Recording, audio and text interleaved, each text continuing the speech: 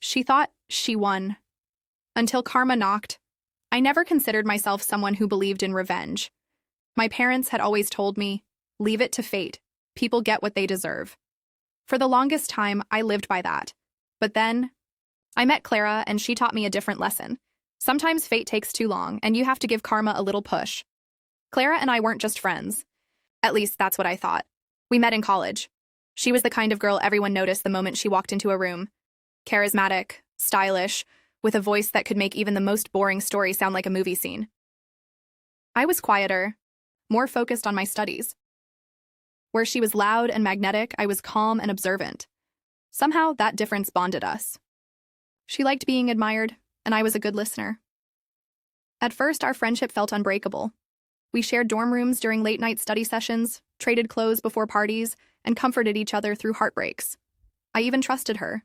With my most vulnerable moments, like when I cried about my parents' failing marriage or when I admitted I sometimes felt invisible. She always promised, I'll never let anyone hurt you. We're in this together. But that promise turned into a knife in my back years later.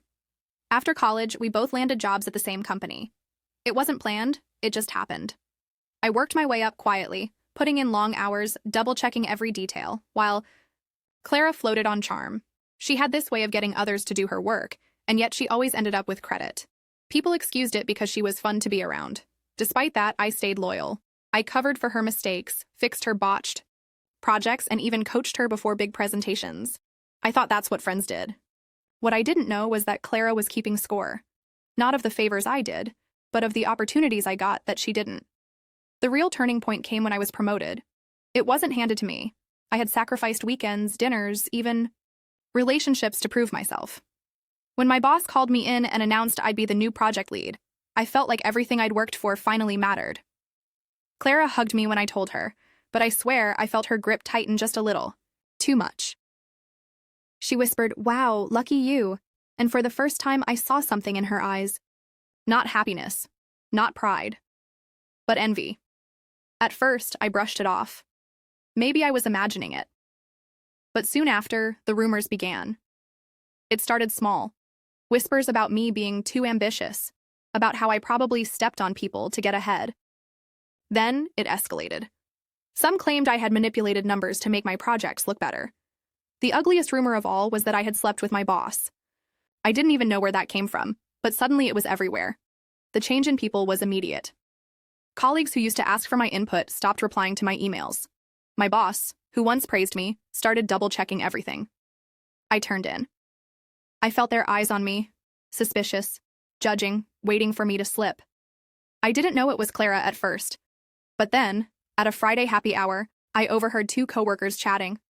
One of them said, "Well, Clara told me she's worried about her friend, said she doesn't want to see her ruin her career by playing dirty." My stomach dropped. Clara wasn't just feeding the rumors, she was planting them.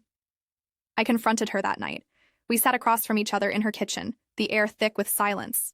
When I asked her why she was doing this, she laughed. Actually laughed. "Oh, come on, don't play innocent. You've had everything handed to you, grades, jobs, now this promotion. I just evened the playing field." I was speechless. Everything I'd sacrificed, all the sleepless nights, the tears, the self-doubt, she dismissed it as luck. And then, she said something that burned into my memory. "You needed a reminder not to get too high above the rest of us." That's when I realized Clara didn't just envy me. She hated me. She didn't want to be my friend. She wanted to be the one standing where I stood, and she would burn me down to get there. I wish I could say I walked away and let karma handle her. But the truth is, something inside me snapped. I wasn't going to let her win. If she wanted war, she would regret ever declaring it. I started small. Quietly, carefully, I collected proof. Screenshots of texts where she bragged about outsmarting the idiots at work, recordings of conversations where she let her tongue slip, hinting at what she'd done. I even found an email draft she left open once, full of strategies to expose me further. I copied everything. Meanwhile, I played along. I smiled at her, laughed at her jokes, let her think I was too broken to fight back. She grew bold, reckless even. She spread nastier rumors, convinced that no one would believe me if I spoke up. Then came the quarterly company meeting, the one everyone attended, from interns to executives. I was scheduled to present my team's progress. I stood at the podium, hands shaking, but instead of starting with the usual slides, I paused. "I know some of you have heard rumors about me," I said. my voice steady despite the storm inside me. I think it's time we cleared the air. The room went silent. And then slowly, piece by piece, I unveiled everything. The screenshots, the recordings, the witnesses who had seen her whispering poison. Every shred of evidence I had gathered, displayed on the big screen for everyone to see. The gasps around the room were deafening. Faces turned, eyes wide, jaws dropped. My boss's face went from confusion to rage as he realized just how deep Clara's lies went. And Clara? She sat frozen in the back row, her mask shattering. She tried to laugh it off, claimed I had faked everything, that I was framing her out of paranoia. But the evidence was undeniable. The HR director stood up and escorted her out while everyone else watched in stunned silence. From that day on, everything changed. My reputation wasn't just restored, it was stronger than ever. People admired me for standing up, for fighting back with truth instead of venom. My boss pulled me aside later and apologized, admitting he should have trusted me more. I even gained allies I never expected, coworkers who confessed they'd always suspected Clara but were too afraid to speak up. As for Clara, karma didn't stop at losing her job. Word spread quickly, and with the digital trail I'd revealed, she couldn't find work in the industry again. Friends abandoned her, family grew distant, and the social circles she thrived in closed their doors. The last I heard, she'd moved to another city, ranting on social media about how toxic people had destroyed her life. But the truth? She destroyed herself. Sometimes revenge doesn't come with fire and fury. Sometimes it's quiet, calculated, and devastating. Clara thought she had won, but she underestimated me.